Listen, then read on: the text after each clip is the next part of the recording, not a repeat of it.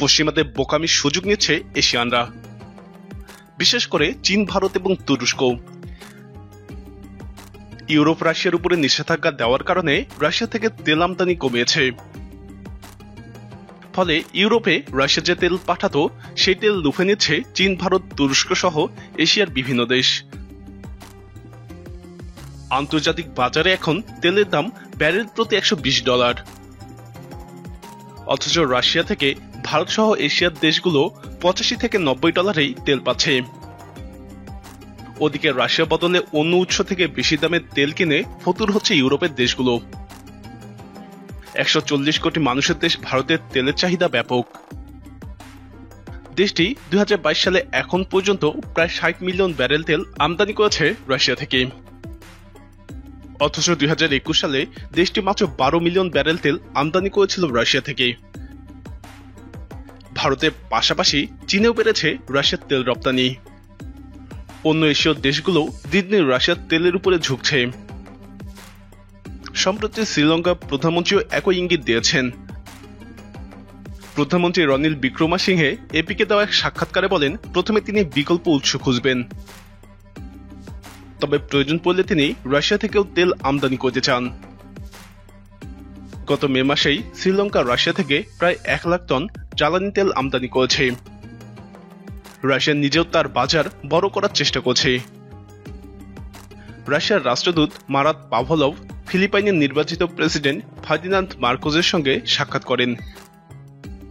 এ সময় তিনি ফিলিপাইনে গ্যাস এবং তেল রপ্তানি বিষয়ে কথা বলেন। তবে দুই পক্ষ আনুষ্ঠানিক কোনো সমঝোতায় পৌঁছাতে পেরেছে কিনা তা জানা যায়নি। আগামী 30 জুন 6 বছরের জন্য দায়িত্ব গ্রহণ করবেন মার্কোস। এরপর হয়তো জানা যাবে তিনি রাশিয়ার প্রস্তাব বিবেচনায় নিয়েছেন কিনা।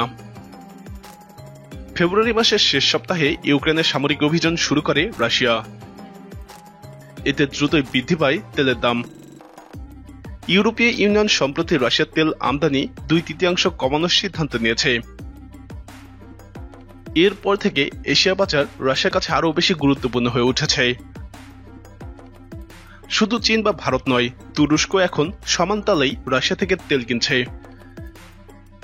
মে মাসে 30টি রাশিয়ার ট্যাঙ্কার ক্রুড নিয়ে ভারতে আসে। প্রতিদিন এসব ট্যাঙ্কার থেকে 4,30,000 ব্যারেল তেল নামানো হয়। চীনও পাল্লা দিয়ে রাশিয়ার তেল আমদানি বৃদ্ধি করেছে। 2021 সালে চীনই ছিল রাশিয়ার তেলের সবথেকে বড় ক্রেতা। দেশটির প্রতিদিন 16 লাখ ব্যারেল তেল আমদানি করত চীন। সেই হিসেবে ভারত এখনো চীনের 4 ভাগের 1 ভাগ তেল আমদানি করছে রাশিয়া থেকে। তবে দিন দিন সেটি বাড়ছেই। এমন অবস্থায় প্রশ্ন উঠেছে, রাশিয়ার বিরুদ্ধে নিষেধাজ্ঞা কি আসলেই কিছু অর্জন করতে পেরেছে? ফিনল্যান্ড ভিত্তিক সংস্থা centre for research on energy and clean এয়ারের হিসেব অনুযায়ী যুদ্ধের প্রথম 100 দিনে রাশিয়ার জ্বালানি রপ্তানি করে প্রায় $97.4 বিলিয়ন আয় করেছে। মে মাসে তেল রপ্তানিতে কিছুটা ভাটা পড়লেও তা আবারও ঘুরে দাঁড়িয়েছে। জীবাশ্ম জ্বালানি থেকে রাশিয়া বাজেটের 40% আসে। তাই এই অর্থ দিয়ে ইউক্রেন যুদ্ধ অব্যাহত রেখেছে রাশিয়া। রাশিয়ার তেল রপ্তানি বন্ধে নানা রকম ব্যবস্থা গ্রহণ করেছে আমেরিকা এবং তার পশ্চিমা মিত্র দেশগুলো। কিন্তু এতে উল্টো ভারত এবং অন্যান্য এশিয়ার দেশে বড় হচ্ছে রাশিয়ার তেলের বাজার। পশ্চিমা চাপের মুখে এশিয়ার দেশগুলো হয়ে উঠেছে দেশটির আয়ের বড় উৎস। প্রিয় দর্শক, এর ফলে এশিয়া এবং ইউরোপ কার অর্থনীতি কোন দিকে যেতে পারে? আপনার মতামত কমেন্টে জানান।